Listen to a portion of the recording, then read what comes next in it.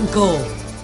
8:12 minutos, Eury Cabral. Gracias al Dios Todopoderoso, a Jesús, mi Señor y mi Salvador. Y como siempre inicio con la palabra de Dios. Hoy con Mateo 20:28. El Hijo del Hombre no vino para ser servido, sino para servir y para dar su vida en rescate por muchos. Y me sirve de telón de fondo esta cita de Mateo, porque hoy es 8 de octubre. Hoy es el día del Che Guevara a nivel internacional, día de la solidaridad internacional. Ernesto Guevara de la Serna, aunque era comunista, yo siempre, cuando era comunista lo seguía mucho y ahora que soy cristiano también lo sigo, porque creo que independientemente de ideología aparte, el Che es una representación internacional de la solidaridad.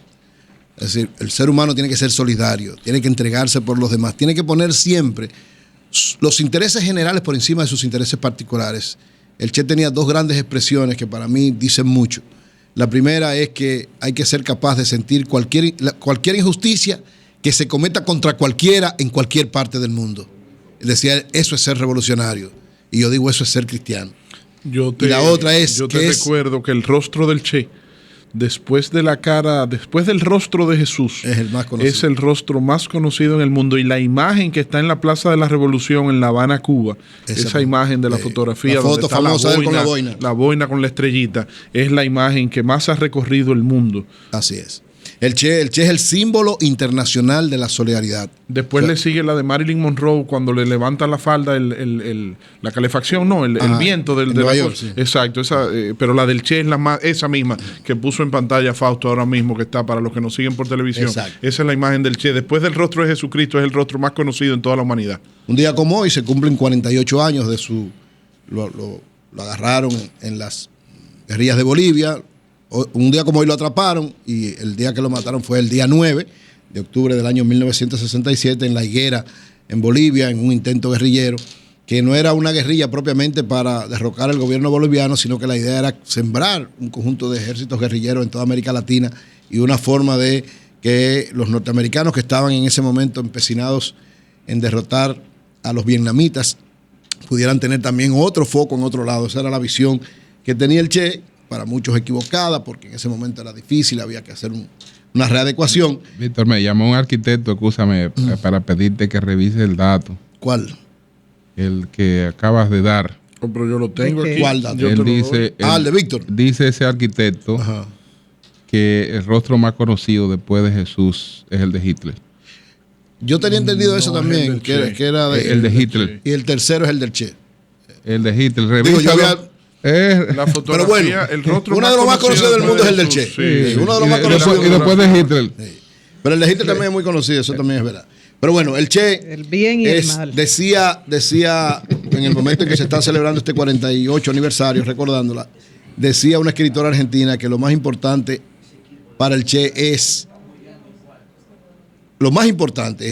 seguir al Che en la práctica cotidiana. Es decir, el que quiere ser parecido o quiere seguir las ideas del Che, tiene que hacerlo en la práctica cotidiana. Lo mismo que hacemos los cristianos. Es decir, ser cristiano no es decir que es cristiano, es que tu práctica sirva para concientizar y para atraer a las personas. Entonces, en ese aspecto, yo siempre, en todo momento, tomaré ese ejemplo, esa parte importante que era un ser humano, tenía muchísimos errores, cometió muchos errores, pero sobre todo sembró un elemento que es muy importante, que es el elemento de la solidaridad, el elemento de entregarse por los demás, el elemento de valorar a los demás y de siempre poner los intereses de los demás y de la humanidad por encima de sus intereses particulares. Y en ese aspecto hoy, 8 de octubre, en el 48 aniversario de su muerte, reivindico al Che Guevara. Escúchame, José, que estoy viendo una información, no la había visto. No sé si usted... No, pero lamentable, escúchame. ¿Qué pasó? No sé si ustedes habían visto lo del fallecimiento de Mauro Castillo, yo no había visto eso. ¿Mauro Castillo? ¿El profesor? Sí. Mauro Castillo. Aquí estoy Mauro viendo Castillo, al momento, sí. Profesor mío, falleció este miércoles el reconocido psicólogo clínico Mauro Castillo, quien estaba de hace algunos años aquejado de Alzheimer. Ay, no sabía. Por eso no lo estábamos viendo en el medio. Sí. Tremendo profesional y gran ser humano. Mauro Castillo. Una escala de valores, Sí. donde 10 es lo máximo y 0 es lo mínimo. ¿Cuánto tú le das al Che y cuánto tú le das a Mickey Mouse? No, en el caso de Eury compiten. No, porque Eury es fan de Mickey Mouse. Yo le estoy preguntando. No, el Che está por encima de todo.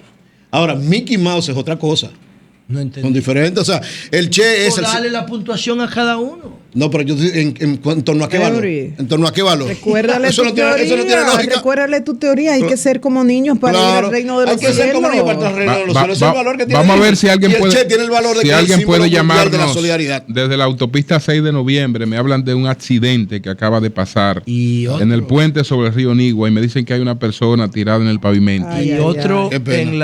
En la avenida John F. Kennedy, que no debería llamarse así. Esa avenida debería llamarse Salvador Allende y no Kennedy. No, debería llamarse Juan Bosch. Salvador Allende. No, Juan Bosch no quiere venir. Sí, Juan Bosch debería llamarse. O Peña pero Gómez. ahí, con De Filló, con esquina Doctor De Filló, debajo del elevado, una guagua del transporte público acaba de atropellar a una niña, le desbarató las dos piernas, una cosa dantesca, y se dieron a la fuga el chofer y el tipo que lo ayuda ahí a cobrar. El cobrador. Y entonces hay un caos de tránsito ahí, atención a la MET, aunque ahí yo siempre veo a MET, pero no sé lo que está pasando ahí. Un accidente terrible en la Kennedy con De Filló. Bueno, adelante, Eury. Para hacer oposición, la oposición tiene que tener un criterio preciso para hacer política, sobre todo, como el caso de la República Dominicana, donde hay un panorama político que todo apunta hacia un lado. Es decir, ¿cuál es la realidad política de la República Dominicana? Que el presidente Danilo Medina, por su fortaleza, por su gestión, por su imagen, parece a 7 meses de las elecciones que es imbatible. Una fortaleza electoral, una estructura electoral muy sólida, un acuerdo que lo consolida cada vez más, independientemente de todas las cosas que puedan estar pasando, pero la imagen del presidente se mantiene al margen de esto y la gente mantiene la simpatía y el apoyo a él. Ahora bien, para hacer oposición a una realidad de esa naturaleza, quienes articulan la estrategia de la oposición tienen que tener mucho cuidado, porque miren lo que pasa. Cuando no hay argumentos sólidos, generalmente se usa cualquier situación para convertir en propaganda y en publicidad lo que parece un argumento sólido, que cuando se desgrana hace más efecto contrario al efecto positivo. Y eso es lo que está pasando de alguna manera con la estrategia del Partido Revolucionario Moderno y de Luis Abinader como candidato. Al parecer, el equipo de estrategia que él tiene no ha logrado articular una visión clara, precisa, de cómo manejar algunos elementos. Y pongo 3 ejemplos concretos y específicos que se han dado en los últimos días. El primero, hay un rumor en el país de que supuestamente el gobierno y el PLD están dando una exoneración a un grupo de choferes. Se convierte este rumor, porque cualquier cosita, ¿verdad? Las redes la convierten en un rumor y entonces usted tiene que investigar, evaluar para ver si eso tiene fundamento. Estoy hablando del líder político que tiene honradez, solidez y calidad para hacer cualquier planteamiento. Pero ¿qué pasó? El PRM, en vez de investigar y de evaluar qué era lo que realmente estaba pasando, hizo una rueda de prensa y dijo, miren, no es un caso o dos, no, son 5.000 casos y son 5.000 carros que van, y dijo un paquete de cosas sin tener ninguna prueba, ni un dato, ni un solo dato pudieron dar, un solo nombre pudieron dar. Se veía que era algo de la campaña, o sea, un problema de campaña. Claro, eso se podía quedar ahí si la campaña estuviera muy cerca, pero todavía hay elementos que llevan a que se aclaren las cosas. ¿Qué pasó entonces? Un juez de la Junta Central Electoral, el juez José Ángel Aquino, ante esta situación y viendo que implicaba de alguna manera responsabilidad de lo que es el papel de ese mecanismo, le pidió al presidente de la Junta que nombrara una comisión y que investigaran eso para ver si era verdad. Porque entonces la Junta tendría que actuar. Los partidos no pueden estar dando exoneraciones. Entonces, ¿qué pasó? Se hizo una investigación y la investigación demostró que eso no era verdad.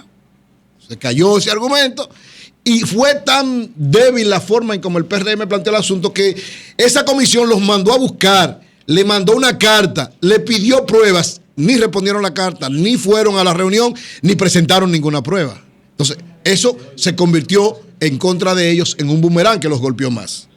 Y los otros 2 momentos difíciles que ha vivido Luis Abinader y su equipo de estrategia tienen que ver con la visita sorpresa. Cuando él hizo la declaración, él primero y después el equipo agropecuario de él, que hizo una investigación que parecía, tú la veías, después yo la vi en detalle y me di cuenta que no era lo que estaban planteando, aunque parecían con los datos iniciales que de verdad era una investigación, pero realmente ahí hubo una serie de cosas que, bueno, pensábamos que iba a pasar por ahí nada más. Pero al tomar cuerpo, ¿qué pasa? Que sucedieron dos hechos importantes alrededor de las visitas sorpresa. La primera, una semana o 3, 4, 5 días después de que el PRM hace una rueda de prensa con su equipo agropecuario y Luis Abinader en una juramentación del Comando Agropecuario critica la visita sorpresa, el jefe agropecuario de Luis Abinader y del PRM, Clay Brito, en Puerto Plata, participa en una actividad con el presidente Danilo Medina y es quien habla diciendo que las visitas sorpresas son positivas y que hay que seguirle estimulando y que eso es bueno. Entonces, una especie de mentiz a la organización de la que él es parte y al líder que él está propiciando que sea presidente de la República. Y el golpe más fuerte es el que da ayer el PNUD con una investigación que hace de 50 proyectos vinculados a la visita sorpresa, donde dan una serie de datos. María Elena decía ahorita una serie de cosas. Yo quiero dar nada más este dato, que para mí es muy importante porque tiene que ver con empleo, que hizo el PNUD. No lo hizo el gobierno, ni lo hizo ningún vocero del gobierno, lo hizo el PNUD. Oigan lo que dice, que a nivel, esos proyectos que ellos evaluaron han generado 11.953 empleos directos. Y oigan esto, dice, si se tiene la relación entre estos proyectos, para lograrlo se hizo una inversión de 658.7 millones de pesos y se lograron esos 11.953 empleos. Dice la relación, la inversión empleo es de 55.000 pesos por cada empleo generado. Y entonces oigan el dato.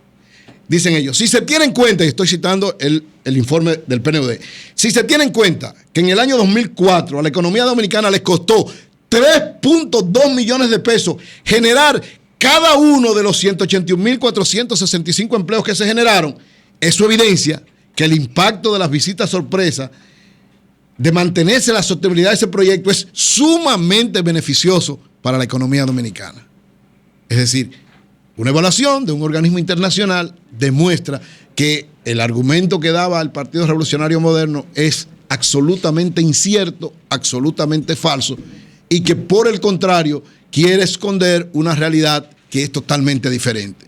Entonces, lo que ha pasado, y es tal vez, digo, uno no tiene por qué estarle dando sugerencias a nadie, pero ser opositor, y yo siempre digo, la oposición siempre hace falta en la democracia porque es la otra cara, es el otro soporte, es la otra parte de la balanza, pero tiene que saber hacerlo, porque a final de cuentas la fortaleza de un sector opositor depende de sus argumentos convincentes, depende de la credibilidad, depende de que no simple y sencillamente quiera negarlo todo y arrasarlo todo, sino de que pueda tener planteamientos creíbles, con argumentos sólidos y que le dé esperanzas a la gente.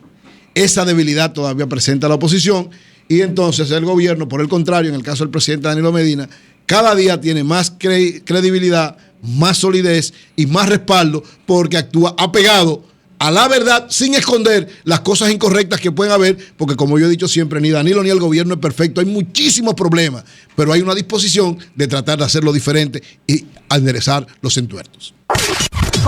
Comunícate 809-3